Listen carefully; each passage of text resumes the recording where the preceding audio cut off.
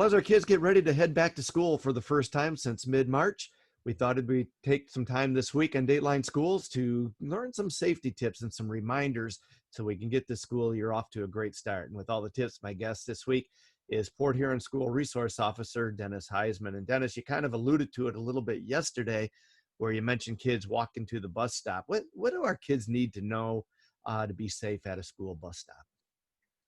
So just like we talked about yesterday, with the bus stop being in groups, fortunately for our bus stops, there's usually a group of kids that all meet from the neighborhood there. They're all your friends. So everybody's kind of keeping an eye out for each other, especially in the mornings when we're all standing around waiting for the bus to show up. Make sure we have each other's back. Make sure we're watching what's around us. Most kids these days have cell phones. Even my elementary kids have cell phones. So if we need to, call 911.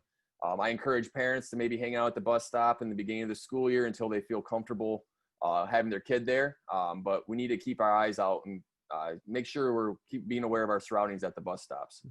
I know we don't have any school supervision at these bus stops, but if there is a problem, is that something the kids need to report to the principal or to you if you're at their school?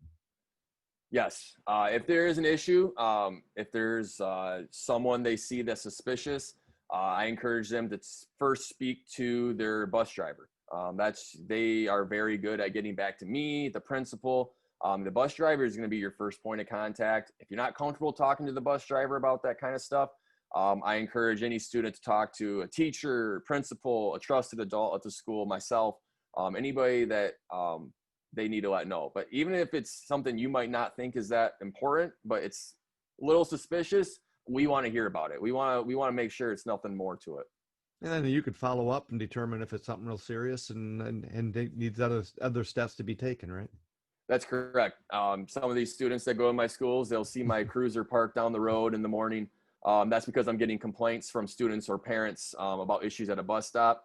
And depending on what kind of issue it is, you might see my cruiser parked behind a tree, or you might see me hanging out at the bus stop with the kids. We'll be back with more tomorrow for Dateline Schools. I'm Terry.